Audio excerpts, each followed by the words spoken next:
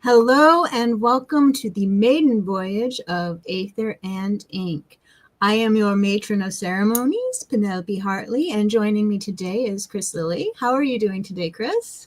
I'm doing all right. Apparently, I'm doing a little better than you compared to what you were saying before we got on, but I'm going to let you tell that story because I haven't heard it yet. So Okay, I will tell that story. Talk about the universe setting up a writing prompt for a story for you. So everything that could go wrong has gone wrong this morning, starting with my alarm didn't go off. Oh. And I had a couple more illustrations that I wanted to finish and format the book before I posted it live. So 7 o'clock turned into 9 o'clock. I got the illustrations done without any snags, and I started to work on formatting the PDF so that I could upload it to my website. My formatting program crashed on me. Oh, yes. Like it had just gone. If anybody's using Atticus out there right now and you're frustrated, you are not alone, because they just did an update. And basically, like, it's just where they'll have like pictures of your covers and like click on this and work on your book. And it's just sitting there like doing the whole like brain fart symbol and not letting me in. And I was like, okay, well, that's all right. I'll just format it in my Word program and we'll go from there. We'll do it old school style. So I got it all together. And I was pretty proud of myself for being clever at that point. And I was inserting all of the illustrations into the text. And I realized that as I was going back through it, that I had put some of the illustrations with the wrong, like I would put I think the devil was with temperance or something like that. So I had to go back over. Yeah, that was fun. And check and see where I had screwed that up. And Mercury's having fun with you today. Mercury loves to mess with me. It's like I'm his toy when he's in retrograde. Fortunately, I know the guy who works the back door, so I'll be having a chat with Hermanubis later. But anyway, so I get all of my illustrations sorted out, and I realize that there's a card missing. Guess which card it is? Death. Close though. The Hanged One. Oh, the one that we were talking about yesterday. Yep. The one we were talking about yesterday. the card of sacrifice, new perspectives, and of course, difficulty and trials, which leads me to my first that was my first story. Thank you, universe, for my first little writing prompt of the day. I actually have a relationship with the Hanged One, a special relationship with the Hanged One for about 3 years ago, when I sat down with a blank slate in front of me, a blank page, a blank brain, and I was trying to figure out what I wanted to write about. It was going to be my first real novel, and I wanted to do something for the ages, right? A little epic. And I wanted to really tell a story that I thought that people would need to hear and want to hear. So I put it out for a couple of days. I kind of walked around and meditated on what card could I base this story on, and I put that out to the universe. And it kind of felt like it was during COVID, and everybody was going through it at that point. And so I kind of thought I knew what card I would pull, but I eventually drew one out of the deck, and it was the Hanged One. So I wrote my first official novel, which is actually turned into the 6th novel in a series of 7, called The Horse Thief's Grimoire, The Hanged One's Tale. You won't see that one for a couple of years, but it was the one that it took about 1.5 years to write. And, but yeah, it's just funny that the Hanged One showed up today and was like, hey, remember that time you wrote a book about going through hardships with a smile on your face? Oh yeah, I did write that book.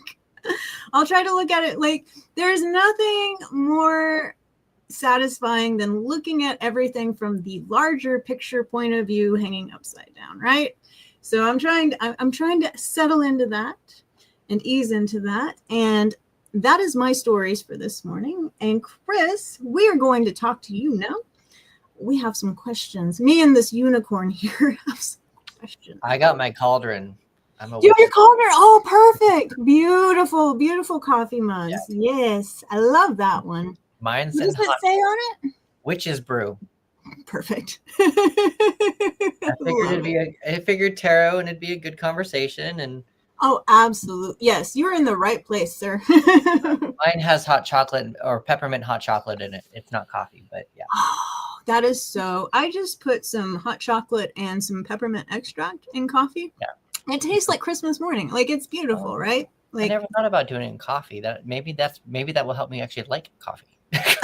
dude, actually, like, this is my like one of my favorite child. I'm gonna like butt in right quick, but that reminds me of one of my favorite childhood memories. So I have to share. I was like a kid, like 7 or 8 years old, and I was at my dad was at one of the small town, um, like outreach, not outreach, but like, just the little clubs that they have, like Kiwanis. And I think he was a Rotarian, actually. He was selling Christmas trees for the Rotary Club. And I had like volunteered to come along, and it was really late, and I was really thirsty and uncomfortable, and I was being jittery. And he didn't have any hot water, but he had coffee and some cocoa powder. Huh. So he makes that for me. Like, so when I was 8, my favorite memory is sipping on this like delectable brew. And like, I remember looking at like a cedar trees, like leaves, the pine leaves, and the smell and everything. So like, it's just such a memorable moment for me. But yeah, definitely like putting some hot chocolate and coffee, it helped me to like it a lot. So maybe it'll do the same for you. But okay, so my first question is going to be, Stephen King said in his memoirs that nobody asks where the words come from and they don't know. Writers don't know. So let's see if we can help Stephen King out here. Do you know where the words come from? I've always thought that they kind of come from the ether, from the universe.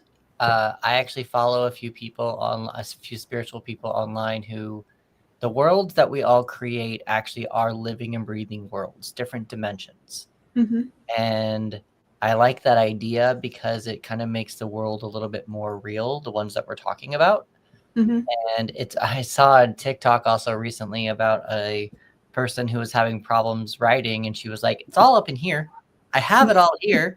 I just can't get it out here. And I know what happens. I know exactly what happens. So it's just like, I just kind of feel like all of our words, all of our stories just come from above us or our higher selves. And we just kind of have to get in tune with that. I mean, there are some people who are just like, I just wrote and just did whatever. I mean, it's still magic. It's still like, I think in Stephen King's book on writing, he actually also said something to the effect of, writing a book is also something very similar to, I'm paraphrasing here, but something similar to telepathy, something like this. Oh, yeah.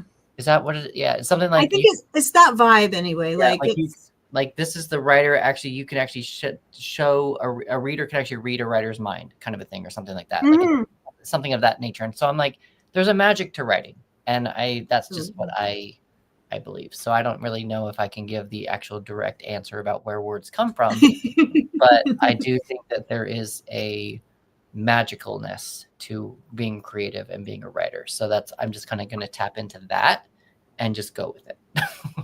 I love that answer. I absolutely love that answer. And it ties in so beautifully with what you do with writing, which is to use tarot as a medium between brain and written word, right? So tell me a little bit about how you got started.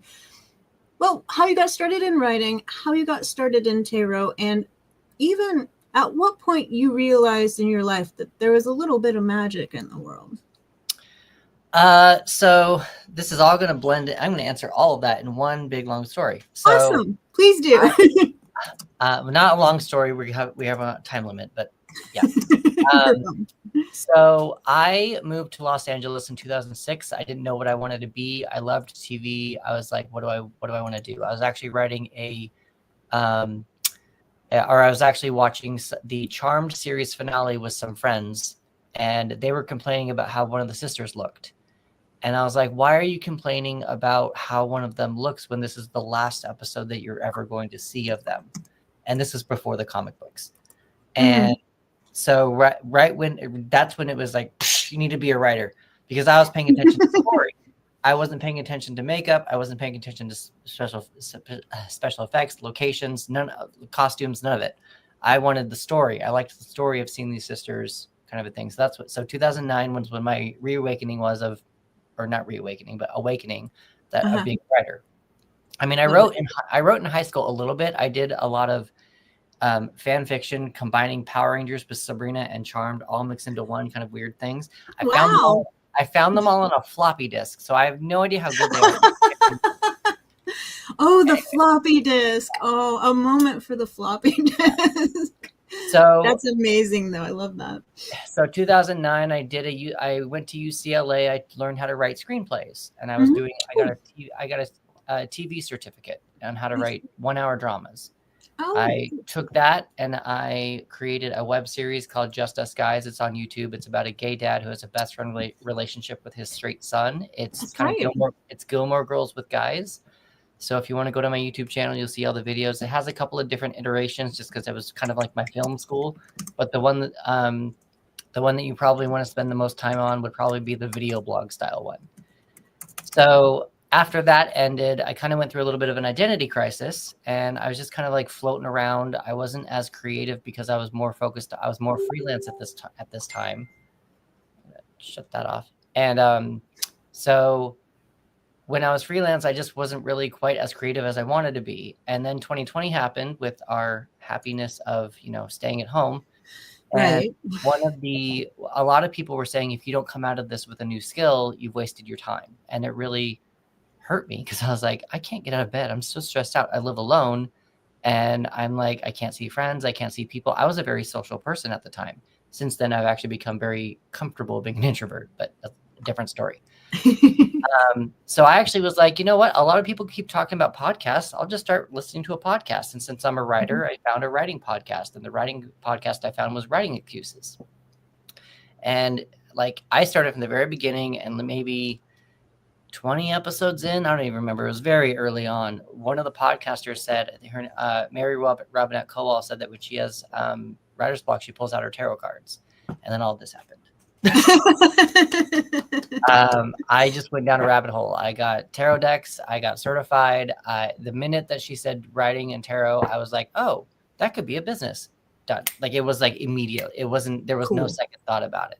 Cool. And so since then, I've just been building this thing called Flow Your Mojo, where I actually use tarot cards to help writers get out of writer's block. And I have spreads to help with the hero's journey, Save the Cat. I'm going to be exploring the heroine's journey in January 2025. I also have individual ones where you can create a character. You can kind of figure out how characters interact with each other, creating a mentor. How does someone react to home, work, and play in Act 1 versus Act 3? Like, there's many different ways to go about it. And so very cool. That's what I do.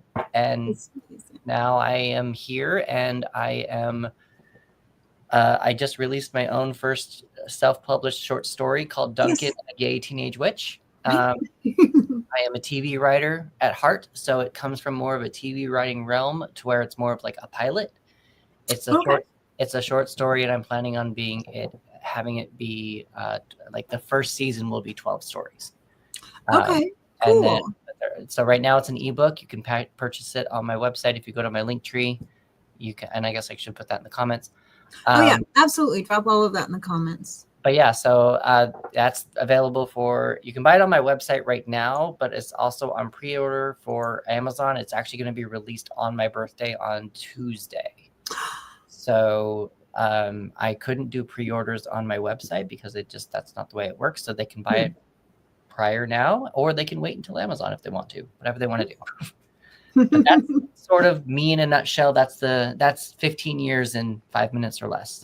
Right. That was a crash course in Chris Lilly, and I enjoyed every minute of it. Like, I love that. I love seeing where people start, because one of the things that I've noticed in my journey and other people's journey is there are things that you do when you're very young that you will keep coming back to, like a cycle, like almost like a node on the wheel. And I mean, that might have like more to do with it. Like, I've studied a little bit of astrology as well. So like, of course, that's all about the cycles that keep coming back and the lessons that we haven't figured out yet and that we have to move forward. But one of the things that I've noticed is it's it's what we did when we were younger that really inspires us. If we start doing what inspires us when we're older, we always seem to dig back into that. So for you, it was writing. And what was your fanfic again? Like, there were so many different elements to that. I just want to like reiterate one more time. Power Rangers, Sabrina the Teenage Witch, and Charmed. And Charmed, yes. I don't know why they all just combine into one, and I was just wanting to see what would happen with, like, I was imagining if Lord Zed, one of the main villains in Power Rangers, was actually a demon in the Book of Shadows with Charmed. Okay. Doing all of that kind of like, I was just combining both worlds into one and be like, how do I do this? And again, I have no idea what the stories are because they're on a floppy disk and I haven't read them. Right. I don't even know how good they're horrible. I guarantee. Oh, I'm sure. Right. They're but like sometimes like if you go back, like you can also be kind of impressed at how sophisticated you were. Yeah. So you might have that experience too. I don't know. I think it's an epic mashup. Has any elements or anything that you kind of learned in that process of writing that? Has that shown up in your writing recently now that you started publishing your own series, your own novels, your own short stories? Say that one more time. Just anything that you were working on when you were a kid, like themes or characters or anything on that floppy disk. Has any iteration of that really shown up? You've just started from scratch then? Not that I can recall. I do know that in my classes at UCLA, I really wanted to create a pilot. It's a vampire werewolf story. It's still there. I don't know what it is, but I was trying to combine Gilmore Girls with Supernatural and a little bit of Buffy all in the same world.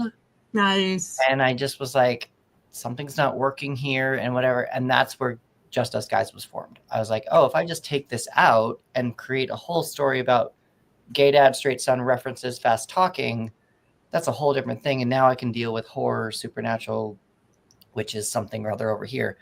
And so I guess I have this thing to be like, let's combine everything into one. And it's a constant muscle training to separate things and be like, no, this can be a story here, and this can be a story here, and this can be a story there. You don't have to have it all into one world. I call myself genre fluid because I do like to combine. I very much get that. You want to put it all into one story and make this really complicated, sophisticated, but you also will drive yourself crazy as well. So simple is always better. Yeah. I think that's it's if you tend to think, if you've got too many gears going, definitely take a step back and I think that I hear a meowing on the horizon. I think that we have a special guest, our first transmission, if you will. Let's see here.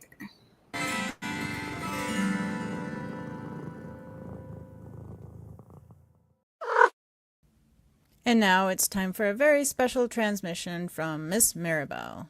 Mirabelle, the floor is yours. Ah, yes, the humans have gathered. How quaint. I suppose I can grace them with my insights. First of all, I had a twitch in my tail earlier, which can only mean one thing. Someone out there is writing a protagonist with no flaws. Stop it! Immediately! Perfection is boring, and frankly, it makes my whiskers itch. Okay, harsh but fair. Anything else they should know? Oh, plenty. But let's focus on this. Conflict is the spice of life. No one reads a story about a character who gets everything they want, except maybe other cats, but we're connoisseurs of irony. Readers crave tension, stakes, and characters who claw their way through trouble. Metaphorically, of course. Or not. That's insightful. Anything else, or is the great Mirabelle done for the day? One last thing. If your plot feels stuck, it's because you're not listening. Stories are like string. Pull too hard and it tangles. Let it flow and it will lead you somewhere unexpected. unexpected. Like that time I chased a phantom mouse and ended up discovering the meaning of life. Wait, you discovered the meaning of life? Yes, it's naps, but that's for another time. Now, I must retire. My tail twitched again, which tells me someone is about to use a cliché ending. I must meditate to cleanse myself of such nonsense.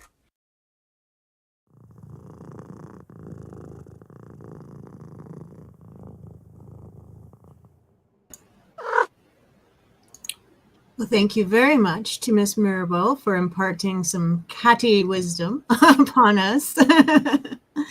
Well, I think that's a really good time to dive into the second half of this show, the fun part, the on-hands part, and that is going to be using tarot to talk about stories. We're actually going to dive into. Oh yeah, okay. By the way, I launched a book today. Forgot about that.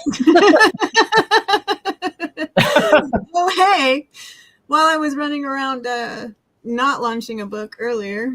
Anyway, so let's talk about drawing a novel. It is the writer's guide to tarot-inspired creativity. So this book is, it's available in the link if you'd like to purchase it, but we're going to do a little demonstration and look at some of the parts right quick. So this book is set up in three different parts, and the first part is the foundations of, sorry, I can't read that, it's too small. Foundations of tarot and storytelling. And today I'm going to read right quickly from Introduction to Tarot and Storytelling. If you've ever looked at a blank page and felt it stare back like it knew something you didn't, tarot might be the answer you need. These cards, steeped in symbolism and ancient archetypes, are more than fortune-telling tricks at a carnival tent. They're keys that unlock the hidden doors of storytelling, the bones of stories that make a reader's pulse skip, that breathe life into characters and plots. This isn't hocus pocus. It's a creative tool, a map to the deep wells where the best ideas lie waiting. Tarot and storytelling have always been kindred spirits. The earliest tales, myths, legends, the kind that got whispered around fires and painted on cave walls, were filled with symbols that echoed through generations. Tarot, with its 78 cards of symbols and archetypes, taps into the same well. Take the journey of the Fool, for example. It's the first step in any story, the leap before looking, the moment when your hero stumbles into the unknown. Or consider the Tower, pure chaos, upheaval, the scene where everything crashes and your protagonist has to claw their way out of the rubble. These cards just don't tell you what might happen. They show you what must happen in stories worth telling. Some of the greats understood this. Italo Calvino toyed with tarot in his book, The Castle of Crossed Destinies, weaving tales that emerged straight from card spreads laid out before him.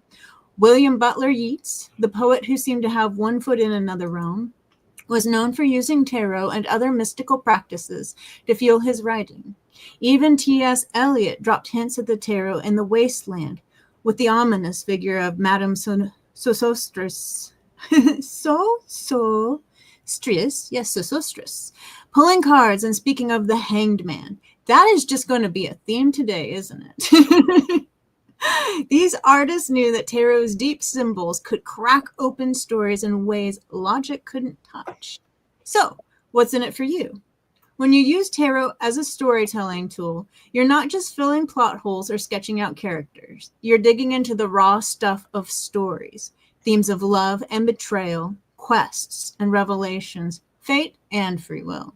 Tarot's archetypes resonate because they're universal. We see a bit of ourselves in the magician who harnesses all his tools, or the hermit who takes a step back to search his soul. And when your characters, let's see, I think that I need to turn the page right quick. Nope. Never mind. And when your characters reflect these archetypes, they don't just come alive, they jump off the page and into the reader's mind, refusing to be forgotten. Tarot doesn't hand you answers on a platter. and hands you questions that make your stories breathe. You lay down the cards and see how the moon whispers of hidden truths, or how the sun promises that all dark nights will eventually break into morning. And just like that, you're not staring at a blank page anymore. You're following a thread, pulling it, watching this story unravel or tighten, revealing that what was always there just below the surface, waiting for you to see it. What do you think, Chris? Does that resonate with you? A lot of it did, yeah. Actually, that there were some things in there that I was like, oh yeah, that's actually a good way to put that. I think that we both approach storytelling and tarot from different directions, because I'm more of a hermit about it. Like, I want to study, and I'll take my little notebook and my tarot deck and I'll study them and I'll work with them in like the real world, or like the world around me. And but I'm much more academic about it. But you do a very practical, hands-on approach for your clients, don't you? Yeah. It's a lot different. Like, it's more of yeah. And so I'm so pleased that you have joined me today so that we could do a demonstration of this, because I don't even need to explain to you what's going on. You already know. No, I already know. You're good. Okay, so what we're going to do today is we're going to use a tarot spread to write a flash fiction. And I'm just going to show this off right quick. I did the illustrations for the book. And so when you purchase the book, it's a printable PDF. You can print it as many times as you want. And all of the illustrations are full page, and they're meant to be coloring pages. And there's a little bit in the book as well about why I chose to do coloring pages. But basically, it's another way of being creative with your story.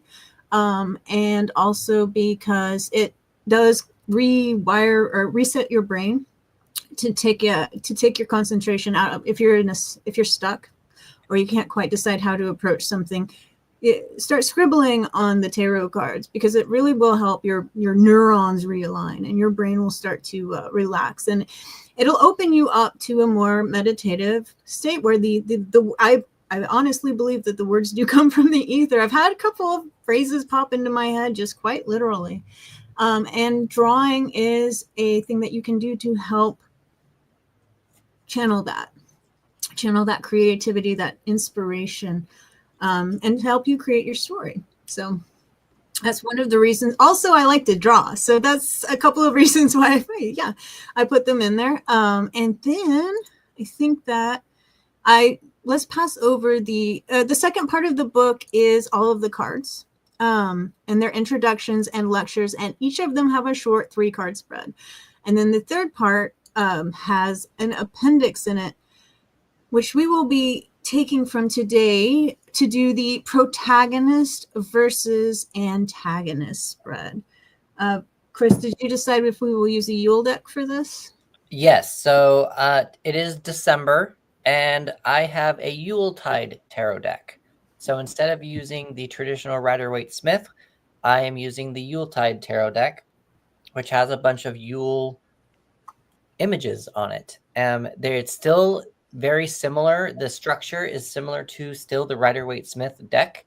There might be some name changes slightly, but it's mostly the same thing. It's just more fun. And actually, this brings me a great opportunity to, yesterday when we were speaking, you talked about choosing a deck and optimizing your deck choice to, do you know what I'm talking about? Would you elaborate on that? So, like I've mentioned before, I actually help people use tarot to write their stories. And if you're writing a mermaid story, I encourage you to go out and buy a mermaid deck. If you are writing a zombie story, I encourage you to go out and buy a zombie deck, a unicorn deck, a dragon deck, whatever. Tarot is beyond. You'll probably find a tarot deck that matches your project. The traditional Rider-Waite-Smith, while will be very beneficial for you to have and learn from, those images may not help you get more in tune with your actual project. Much like what Penelope was just telling us about coloring, the images on the tarot deck and the symbols and all that stuff will actually help you get more in tune with your actual project and what you want to create in that project and bring that about a lot better. So I use the traditional Rider-Waite-Smith as a guide, but when you are deciding a tarot deck, write something similar to you, whatever you're writing. Don't just use the traditional Rider-Waite-Smith because you don't know how to use it. I would just suggest finding a deck that matches what your project is. I think that is excellent advice. And that I'm going to divert from the conversation right quick to support that with magical evidence, because I may have mentioned that I studied astrology. I forgot to mention that I really studied astrology and I got into astro magic. So I read the Picatrix, which is the guide to using astrology as a magician. And I realized I was reading some of the now obviously the translation, not like the original medieval text. But I was reading about when you're doing, so in astro magic, you do petitions to the different planets. And you'll do a ritual, a magical ritual, and you'll ask which planet you're invoking for whatever it is that you want. So the practical advice in the Picatrix for medieval, typically male magicians was, if you're petitioning Venus, dress like a woman, because Venus is a woman. And it made me realize right away that matching your vibe, matching your energy to the project that you're working on or whatever it is, in whatever situation. That's why they say things like dress for the job you want. Buy the tarot deck that goes with the kind of story you're writing. If you're petitioning Venus, put on a skirt, because all of those things match your energy to what you're doing. So absolutely, really probably the most helpful magical advice if you're going to do anything and put yourself into a situation, figure out ways in which that you can tune in and amplify that energy. So absolutely, I love that advice. It never even occurred to me to buy a deck that would match. I have 80 of them. They're beautiful. Right. Oh, you know what? Right quick. I know that a couple of people in the audience.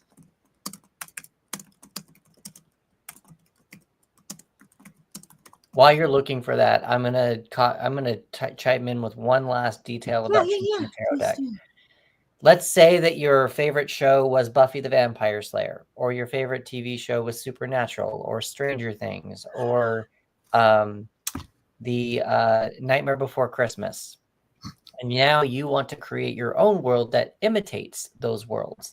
I would not recommend using the Buffy, Supernatural, Stranger Things, or Nightmare Before Christmas tarot decks, because those worlds have already been created. You want to find a deck that's very similar to those, but you don't want to actually use those images that of characters and things that have already been created. You want to actually use images that are similar to it. It's like, for example, there is a Dark Mansion tarot deck, and that looks very similar to the Nightmare Before Christmas. The cartoon characters have very thin necks. They are very skinny people. They are so you can use those images to make your world similar to the Nightmare Before Christmas without actually making it the Nightmare Before Christmas. So that's just one caveat I would say about choosing your own tarot deck, but also you do you. So I totally that makes a lot of sense. And that also you don't want to rewrite, for example, Supernatural. You want to write something that is supernatural adjacent, but that deck, funny that you say that, because I have a friend, I'm a big fan of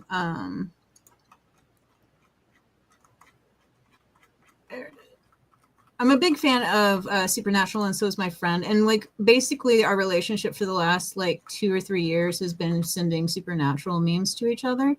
But I got that deck from another friend, but I know if she asks me anything that she needs me to pull a card from, that she needs to hear it from Sam and Dean. So that's always the deck that I grab for her, because I know that, and it, for some reason, it really just tunes into her. It really, they really like each other. So yeah, that's what I use that deck for. But that makes a lot of sense too. Get something that's going to be similar but not the same. I think you could get away with a demon deck. I'm sure they make one for yeah. I have the Necromicon tarot deck. That's the whole what's his name? I'm Mercury retrograde. So Mercury retrograde. I just lost him. What's his name? I think of Necronomicon. I think of the Chin. What's his name? Oh no. I have the book. Evil Dead guy. But that's probably not who you're thinking of. spacing it. It's not Jules Verne. It's the other guy. H.P. Lovecraft. Oh, H.P. Lovecraft. Yeah, Like, that oh guy. my God. It just all went away. Yeah. Mercury's drunk. Gone. So, yeah, H.P. Lovecraft, like, yeah, definitely for him. So should we look at this tarot spread? You said, okay, pull. Yeah, like we've got a couple of responses. So Tiara said that Pulp Tarot is my favorite, or the Art Nouveau deck, and I really love the Golden Girls deck. I have the Meryl Streep deck, and I use the Meryl Streep deck actually for drama. Like, so I do monthly readings for, like, collective readings for writers who are writing specific genres.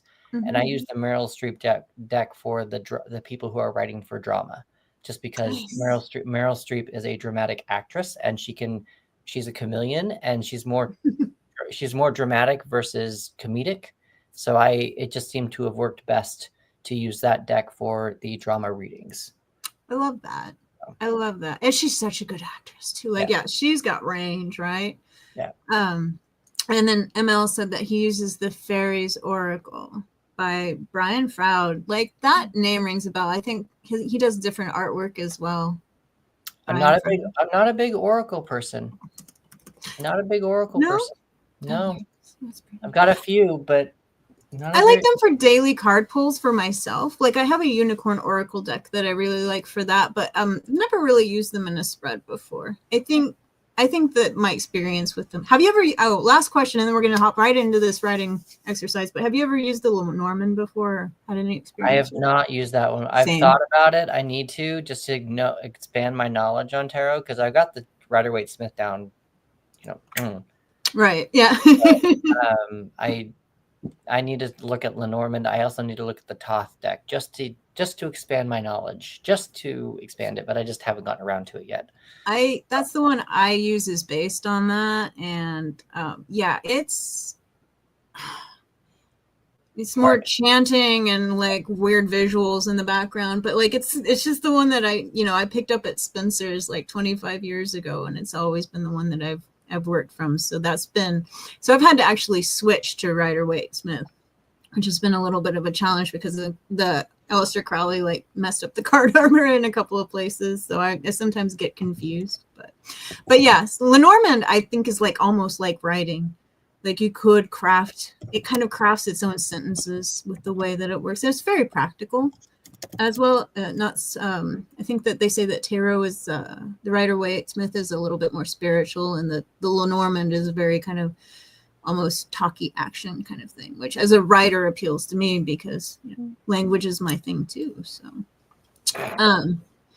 and also that the artwork for the Fairy Oracle is what drew him, and he is a fairy boy. Right on. So okay, so what we're going to do is we are going to pretend, and hopefully it won't be pretend by the end, it'll be real, but we're going to pretend we're writing a flash fiction story. And we want to look at the protagonist versus antagonist. Okay. Oh yeah.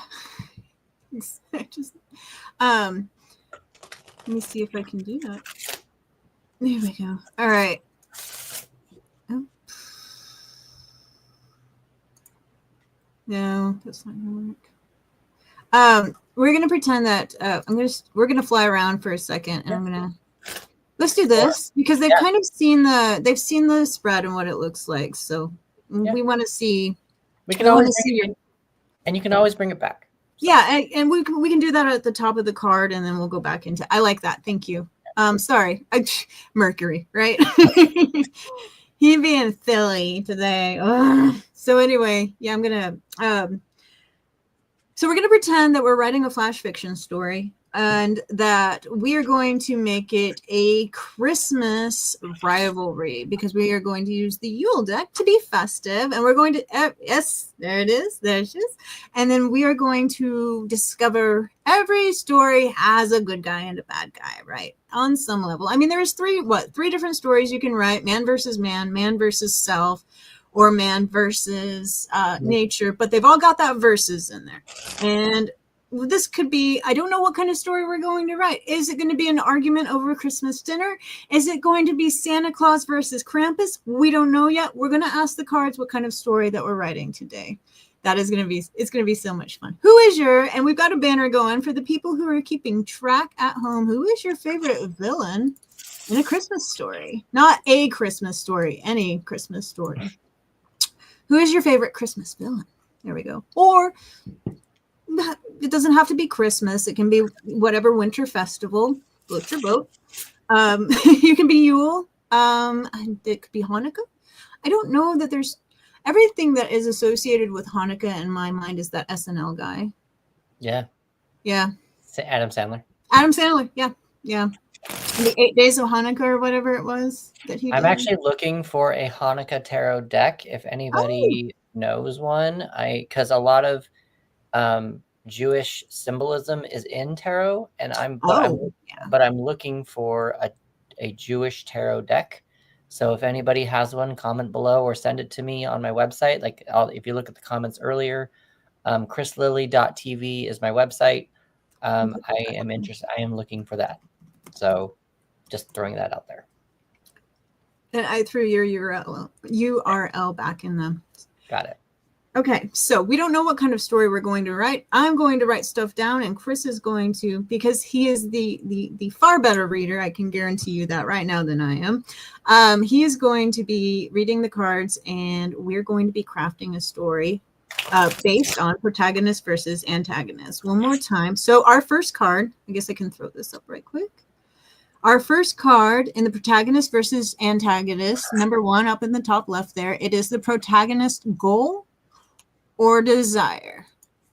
Okay, take it away, Chris. What have you got for us? So I usually shuffle 9 times, just because 9 is sort of a magical 3 number. 7's a magical number. You can do that, but that's just kind of what it's become like a muscle for myself. That's what I flex every time that I do this. So I do the bridge, like casino, and then cool.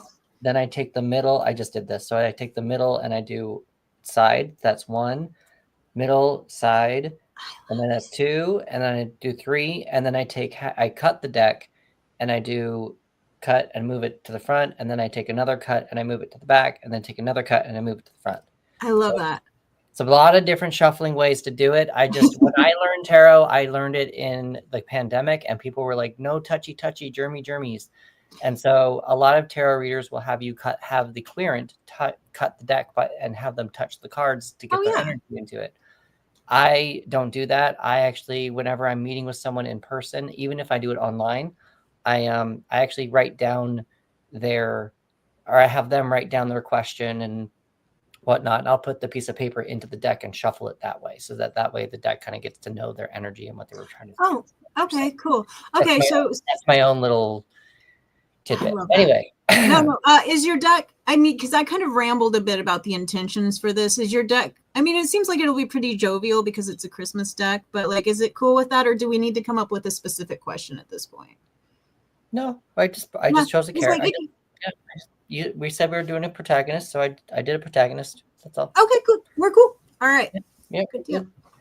I'm getting a picture. Right. Getting a picture of this. Now, some people do not read reversals. I do. So this is going to be an interesting one. We got a reversal card. Where's my pictures?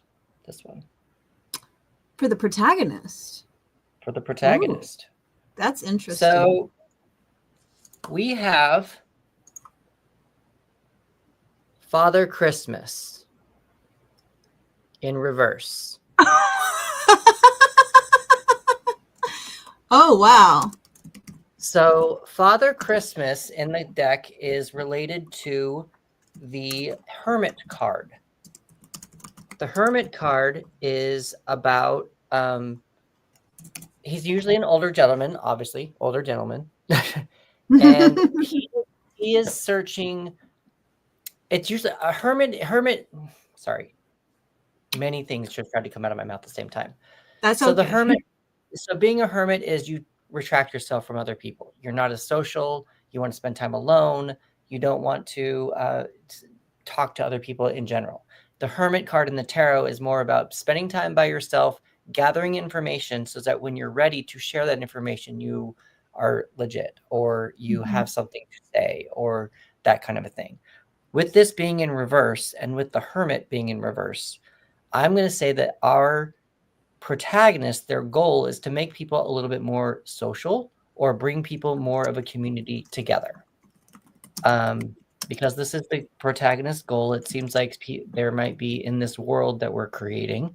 It seems to me that the protagonist is tapping into something of the effect of the people are being separate, and they want he or she, we don't know who this character is yet. They want to make more of a community aspect and make sure that people are a little bit more social and don't feel as alone. Now, when we do have a reversal card, we do have blocked, delayed, healing, or internal energy. So that's just some things that we need to keep in mind as we go through the rest of the spread, because maybe this will change as we learn more about the cards. But that is ultimately what I'm getting from the first card for the protagonist goal. It's a really interesting first card too that we actually got. Father Christmas showed up for the protagonist reversed. I love that. Magic is so cool. All right. So we've got, just to recap, so it's based on the Hermit. So we've got a character who regresses from society to learn things. Or I don't know that it's the person. I don't think it's a person. I think the person is, I think the protagonist wants the community to be more community. Whatever community is, I think they want to, their goal is to get everyone to feel more included. So like a celebration, perhaps, like an activity, an event that would bring people together. Okay, sure. All right, let's let that simmer on the back burner for a second. Let's go into the antagonist, and let's do this right quick. The number 2 is the antagonist goals or motive. All right, let me get a picture of this one. I'll show you this. Interesting. All right, so the antagonist goal, we have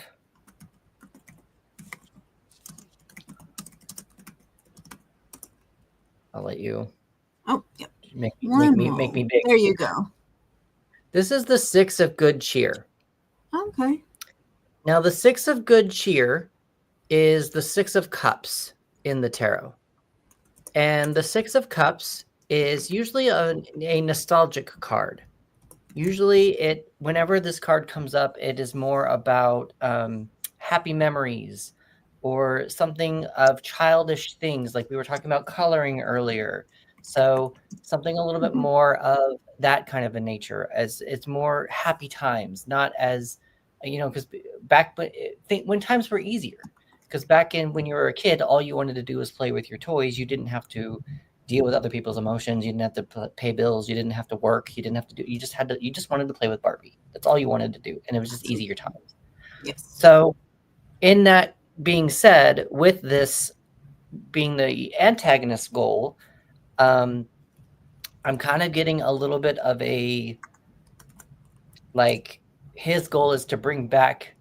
If you want to go really magical with this, I kind of feel like there's maybe I feel like maybe there's a sense of the antagonist knows a spell to make everyone be kids again. Ooh, I love that. I don't know how that's going, but I think that if it's an antagonist and he wants to change the world and he wants to go just as big as the protagonist, I feel like the antagonist has this big old plan to make sure that people understand what it's like to be a kid again. I like that. But that's cool. But being the protagonist, of course, that can't go right? No. Well, this is the antagonist, so of course. Oh yeah, sorry, the antagonist. Yeah. I always get those confused. I thought it was being fancy when I used them in the book, but really, I just want to say good guy and villain. But it's never as black and white as that either, is it? So I love that though. I think that. So we're gonna put. He wants to cast a spell to make everybody children again. So now we can go back later and look at the protagonist and see what could have let's look at the rest of the cards first. Yeah, look at the rest of the cards first. Let's see what Okay, comes up. so number 3, I'm going to throw that up on the screen right quick. Number 3 in our protagonist versus antagonist spread is going to be the strengths of the protagonist. This is what they've got going for them. This is their strong suits. All right, so the card that we got for the protagonist strengths. Another reversal here. This is going to be interesting. Oh, wow. So the strengths of your protagonist, we have the 3 of Canes. Now the 3 of Canes is similar to the 3 of Swords. In the tarot, the 3 of Swords is usually about heartbreak and hurt emotions. With it being in reverse, we've got a sense of healing, a sense of, again, blocked, delayed healing or internal energy. So the strengths of the protagonist seem to be knowing how to heal their emotions. They are maybe very empathetic. It's not even a word. I pronounced that so wrong. Empathetic to I didn't notice. how other people are feeling. Their strengths are very they're still very communal. When they see someone hurt emotionally, they can kind of look at the bright side of the situation, kind of a thing. I like that. So going with this, it just kind of feels like in this world that we're creating right now, it does seem like there is a big dark cloud, and both of the protagonist and antagonist, essentially, it seems like they want the same thing. They want people to feel community. They want people to feel not as heavy and not as down. They're just both approaching it in different ways. I love that. And this is already shaping up to be such a Christmas story, because these are the kind of themes that you get: childhood, nostalgia, a sense of healing, a sense of community. Like, it is shaping up to be. I love it. All right, let's check out card number 3, which is going to be the antagonist strength. All right, so the antagonist strength. So interesting how this is turning out. We have the 10 of Gifts. Ooh. The 10 of Gifts is similar to the 10 of Pentacles in the tarot. And the 10 of Pentacles, so in the tarot, there are 4 different elements. There is earth, air, fire, and water. Earth, which is associated with Pentacles, is the material items that we can touch. It's the physical stuff. It's our health, our body, and our money. Also, there's just like the physical things. Like you can touch your TV, you can touch your cell phone, you can touch just animals. Like it's the physical things that you can touch. So with the 10 of Gifts, it's actually kind of a completion card because it's a 10. 10s are in the tarot. Also, it goes from ace to 10, and aces are beginnings, 10s are completion cards. With the antagonist, with the strength of being the 10 of Gifts, I get kind of a sense of that he is probably very stable. Also probably too grounded. I know that it sounds like it sounds a little bit negative when you say too grounded, but in this case, he seems like he's a very grounded person. Probably not, not cray-cray, not crazy. He's very knowledgeable in what he's actually trying to do with this spell that he's trying to cast to help people feel more childish or bring back Christmas cheer in his own way. But he's just very grounded. There's also a sense of he can probably see the future a little bit, not necessarily like in visions, but he set it up in a way for this spell to help the community have a future to go into. Okay. 10 of Gifts is usually also can be coming into a inheritance or having bank accounts set up for your kids and just having a substantial amount of money going forward so that your future generations don't have to worry about it. So with this strength here, it just kind of feels a bit more like he's thought this through. It's not just something he's deciding to do all of a sudden. He's actually thought this through, gone through some things, and he's not approaching this in like, I came up with this idea yesterday kind of a thing. Does that make sense? Yeah, no, absolutely. Like it's kind of the energy is very like Capricorn, I guess, where in Capricorn you have somebody who works really hard and saves up and is kind of spendthrifty, buys the right things, and will work up to build a legacy, and will have a lot of material gains to go along with that. Almost like I want to say Batman. Batman is the one that keeps coming to mind because he's just, some of it does vibe with like, he's got a lot of money. He's very wealthy, and he's a,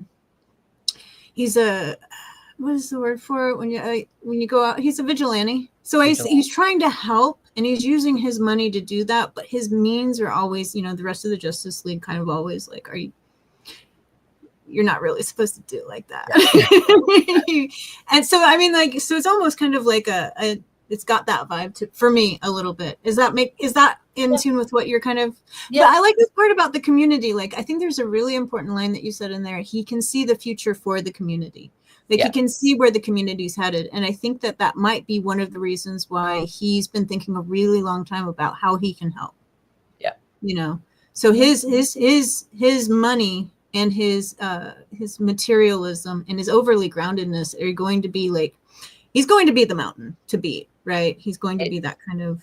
What it's turning out to me a little bit right now is it seems like the antagonist is going to approach it from a material items, gift giving, I will buy your love, versus the protagonist, which is more of, let's focus on our emotions, and we can heal our emotions, and we can heal from our hearts. We can learn knowledge, that kind of, it's more of experience versus material items is what it kind of sounds like to me so far. But I like that, because like, if he's going to cast a spell that changes everybody to childhood and fix everything, that doesn't deal with as you said, he sounds more grounded, but he's using that materialism and practicality to do like absolutely not the thing that ever works. Because as we all know, going back to your childhood and revisiting your childhood is great, but you can't continue to be a child for the rest of your life. The hermit knows that you have to mature and become an adult, and you have to be okay with that situation. Okay, that's just my take on it so far. I think that I love the direction this is going, and I love this is shaping up. This is so much fun. Okay, next card. This is like Christmas for me. This is fun. It is fun. I'm really enjoying this. So strengths of the antagonist we just did. So 5 points of conflict or tension. It's going to be our next card. All right, points of conflict or tension. Very interesting here. So, points of conflict or tension.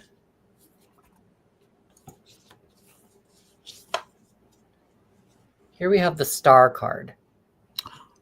What? So, in the tarot, the Star comes after the Tower. The Tower is ultimate chaos.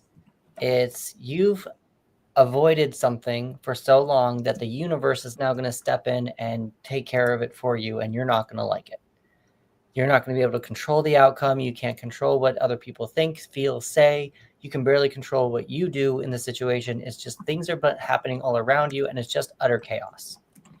It's also burning down the bridge, or burn it down so you can rebuild it. It's that kind of a thing. But with the Star, it's a symbol of hope. It is the light at the end of the tunnel. It is, we've started to rebuild after what we've burnt down.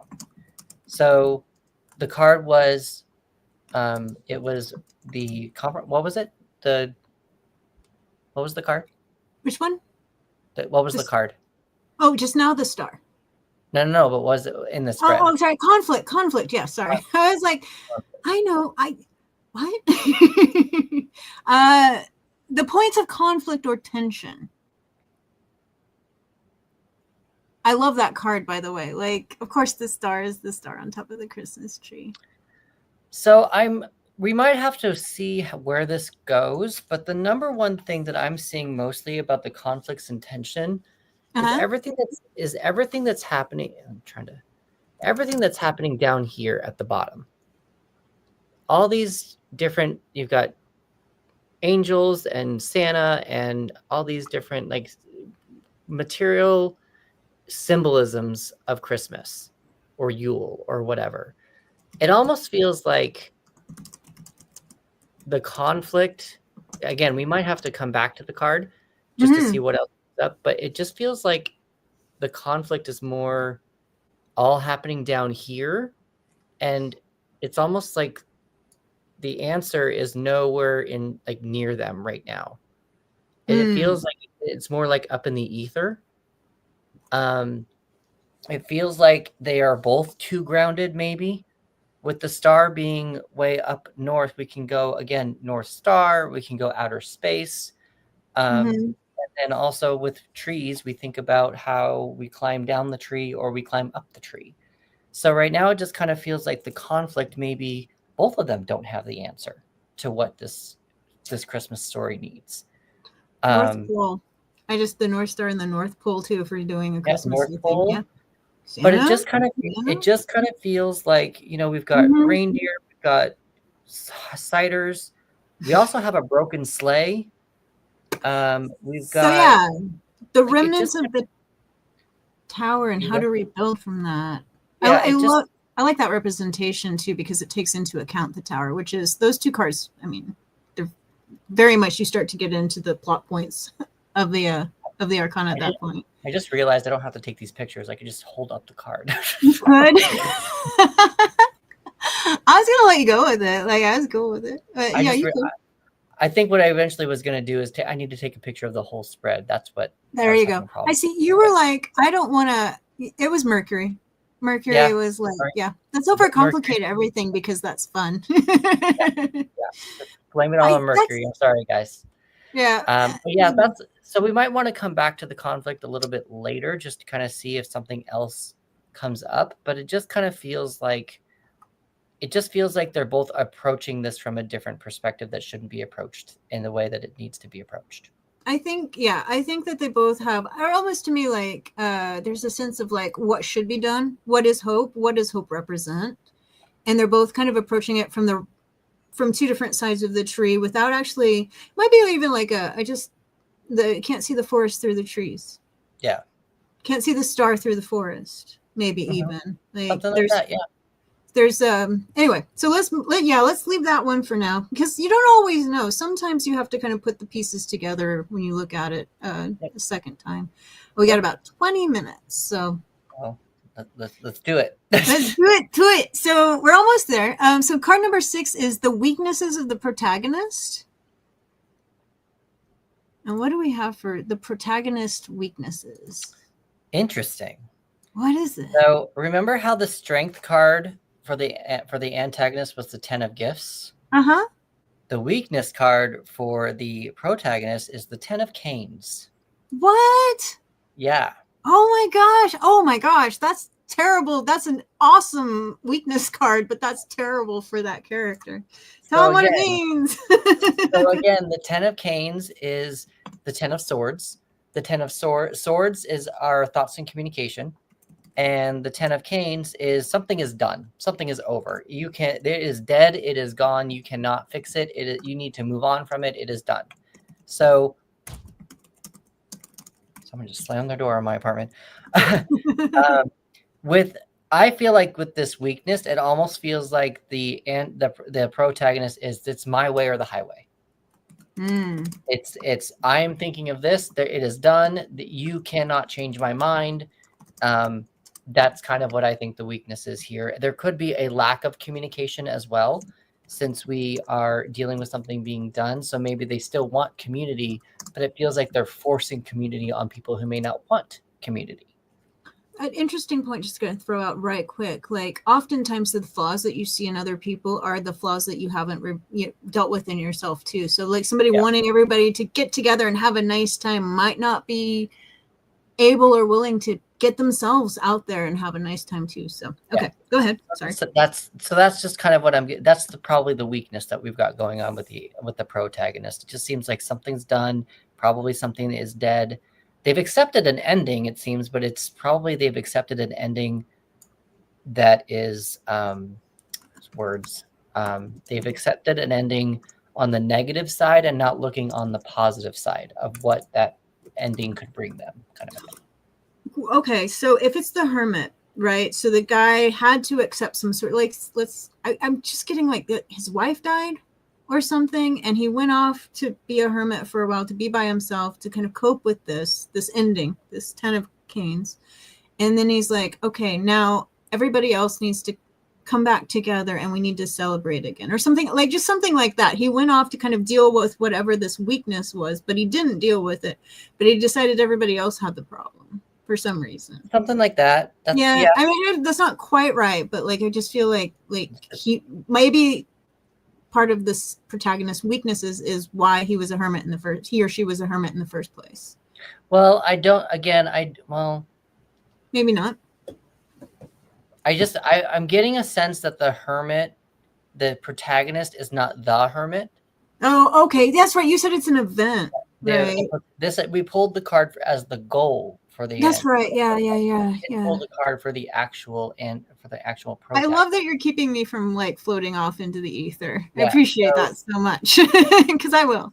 So what if it's? It just feels like this person is the protagonist is more social. It just feels like this person is more social, and also with the weaknesses, with the weakness of this 10 of Swords, it just kind of feels more like because they are so social, they feel like everyone else needs to be social, kind of a thing. That's more of what I'm kind of getting from it. It's just a little bit more of why can't everyone be like me, kind of a thing.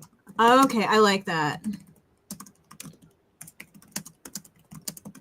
I like that. And that's what they see with the problem. That could be like, we were talking a little bit about both of them approaching this problem, and the problem being that they both, this guy is like, everybody needs to be more like me and be social, and that'll fix everything. And the other guy is like, no, they just all need to be children again, and that'll fix everything. Kind of how it seems to be shaping up a little bit. Yeah. Okay. That's what it's kind of feeling like to me a little bit. Yeah, no, I get, yeah, it's I like that. Okay, let's move on, and then we'll take a minute to review at the end of everything. And I want to leave since we're kind of getting short on time at this moment, if anybody has any questions for Chris, go ahead and drop them in the comment section now, and we will do a quick Q&A at the end. If you have any questions for me, don't ask. I don't know any answers to anything. I'm meh. So let's look at strengths of or weaknesses of the antagonist is our next card. So the weaknesses of the antagonist we've got is the Knight of Good Cheer. The Knights are the doers of the deck. They are I'm going to hold this up longer. They are just people. They're the guys who go into battle. And with the Knight of Good Cheer, he's actually the ultimate lover. He has a lot of emotions. A lot of people associate him with, or at least I do, associate him with Romeo. Very loving, very wanting everyone to be feeling included. Very, I want to treat my partner as gold. I treat myself as gold. Everyone needs to feel happy, which is interesting because we also have that as the protagonist strength. This is healing of their emotions. So it almost feels like they're a little bit more yin and yanging a little bit, is what it feels like here.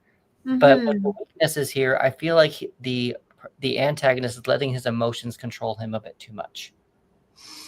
Even though he's grounding himself with the 10 of Gifts, his weakness is the 10 of Good Cheer, and it just feels like he is letting his emotions guide him without letting everything else or everyone else or other opinions or other facts or scenarios guide him to what should or should not be happening. His emotions are controlling him a bit too much. I like that. It's a really good. Yeah. These are some interesting characters. Like, I can't wait to meet them properly. Who are you people that are battling for humanity's souls and also for, And what's the last card? Okay, so the last card in the spread is going to be, we've got the potential outcome of their confrontation. Okay. So what's the boss fight look like? The boss fight actually looks like the world. Oh, you're kidding me. in the tarot, tarot is separated into two arcanas, the major and the minor. The major arcana is the Fool's Journey. It goes from the Fool to the World. And the World is the completion card. It's the end. It's the end of a journey. So I think what we're looking at here is somehow what I'm getting from this in general is this is the protagonist olive branch. This is the antagonist olive branch. And we've also got the 4 elements down here on the bottom.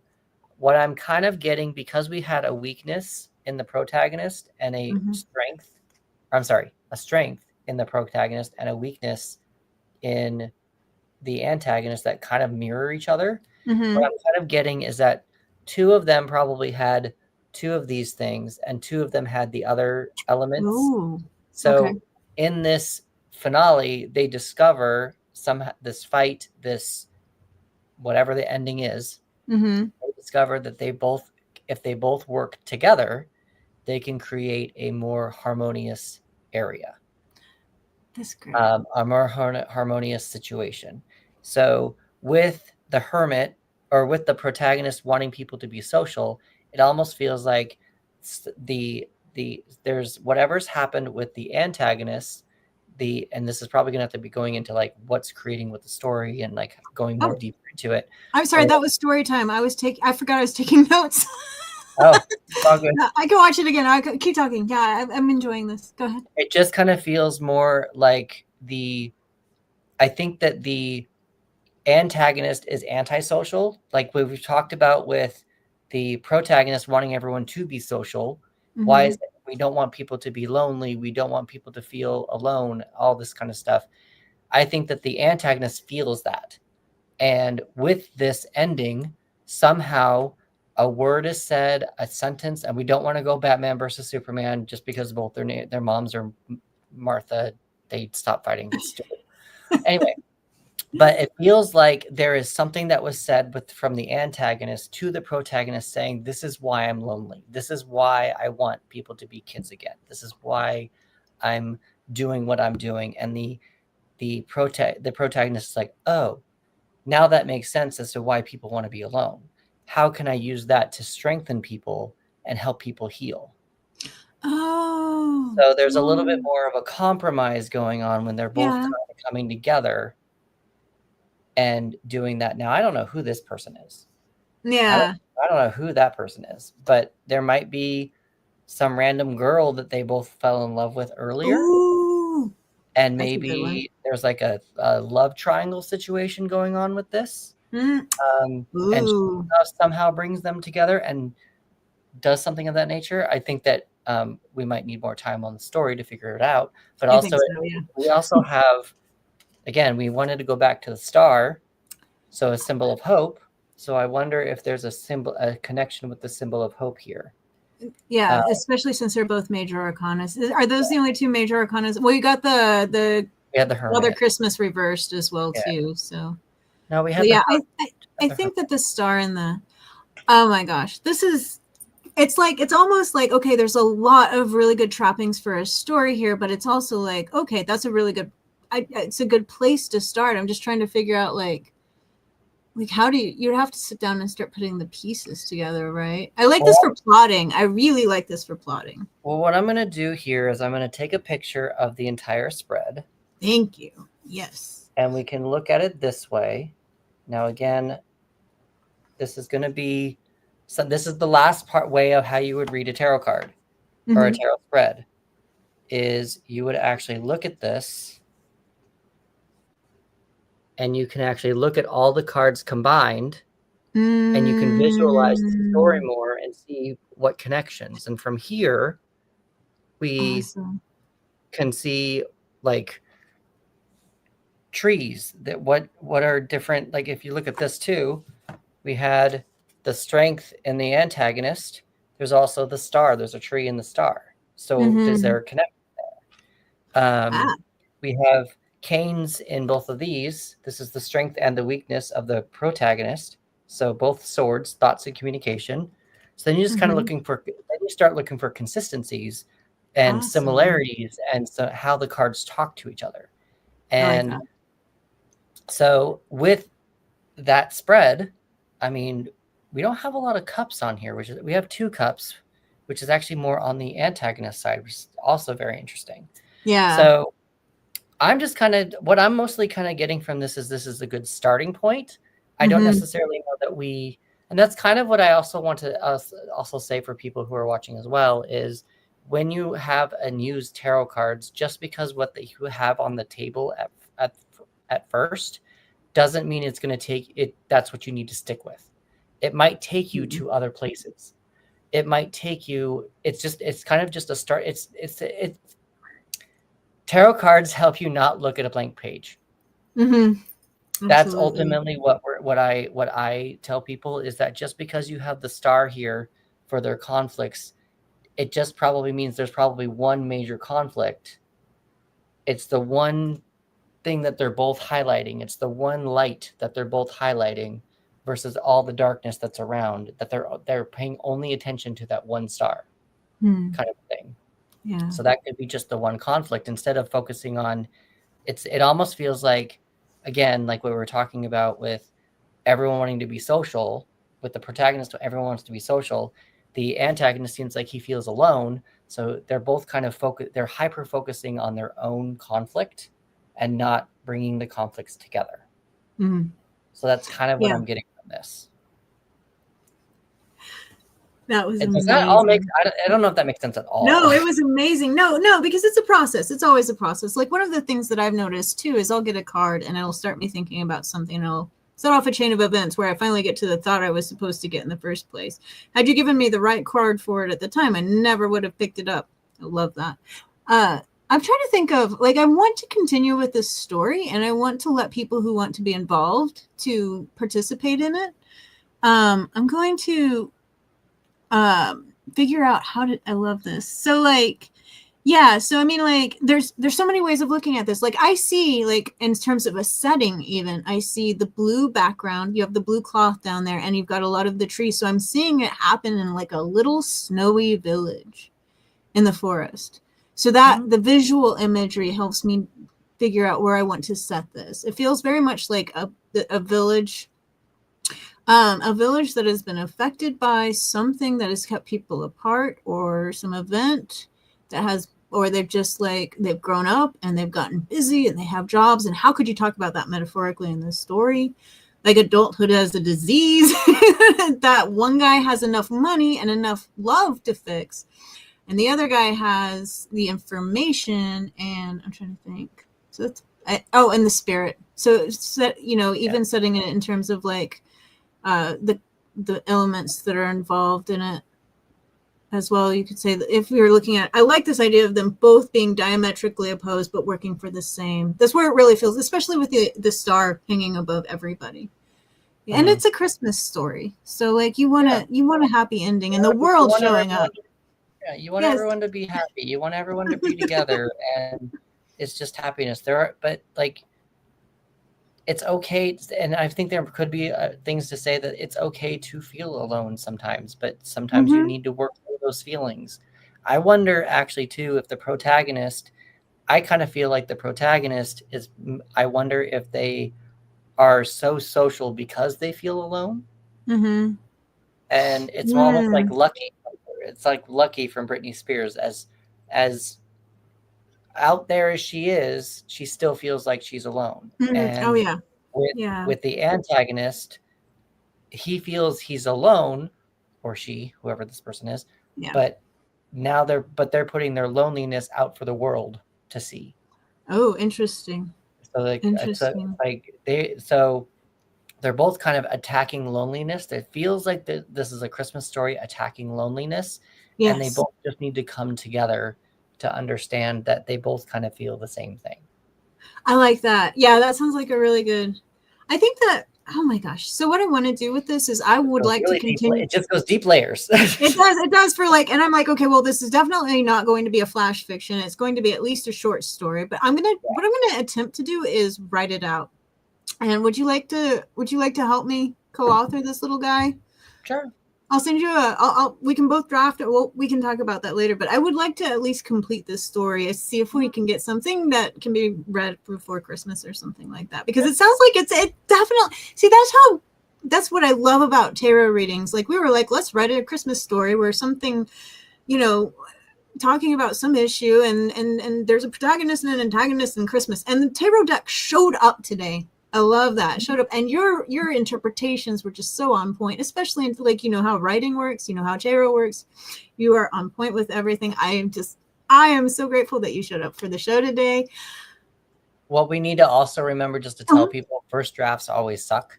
Yes. Oh, of course. This is a first draft. This is not the end all be all. No. So that's, even though we don't know all the answers right now from this first tarot spread, sometimes we need to let the tarot marinate in our heads as we go to bed or something. That might definitely sleep on it. And that might help us be able to actually figure out what the story actually is. But just FYI, again, first drafts are not always pretty. And that's pretty much what we've done here. We've kind of created the foundation of a first draft. We have, a drooly goblin baby that will eventually grow up to be a swan. But for now, like, we're just putting we're not even, like, it's a process. Absolutely. So drafting the story, which is what the tarot has definitely inspired today, has given us a really nice foundation to work with. Now you got to do the work of the writer and actually put everything together. Yep. Figure out how all of the pieces connect. So go ahead and send me a copy of that, and we'll figure out what to do with that. I've really enjoyed this today, though. This has been stunning. I do need to hop off of here. For those of you watching, the critique show with Kaufman starts in like 2 minutes, so go check him out. Chris Lilly, if you want to, and I'm running a little fundraiser type competition thing this weekend. So anybody who buys a copy of the book this weekend, if I can sell 10 copies, Chris has been generous enough to offer a 1-hour reading to one lucky purchaser. So thank you so much for doing that. And then I will also throw in a little, I have to get my gift is late and it's not wrapped, but I will throw out something for everybody who purchases a copy this weekend too. There might be a workshop involved, which would be cool. So, but anyway, yes. So we'll leave that open this weekend.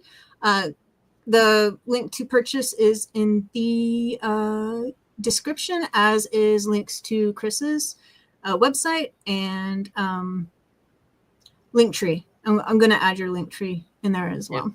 Yep, Linktree. Yep, that's the best place to get all my stuff, all my writings, all my tarot, all of it. And your podcast is on there as well. I noticed that Tiara has been watching you. I don't have a podcast. Or what are your video? I'm sorry, your videos. Your I have your a tarot. YouTube channel.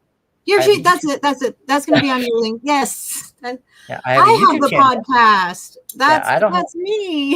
I'm not there yet. I haven't Not podcast. I'm not there yet. So yeah. Well, you can come hang out on my podcast anytime if you want to temporarily adopt a podcast. You can come hang out on mine.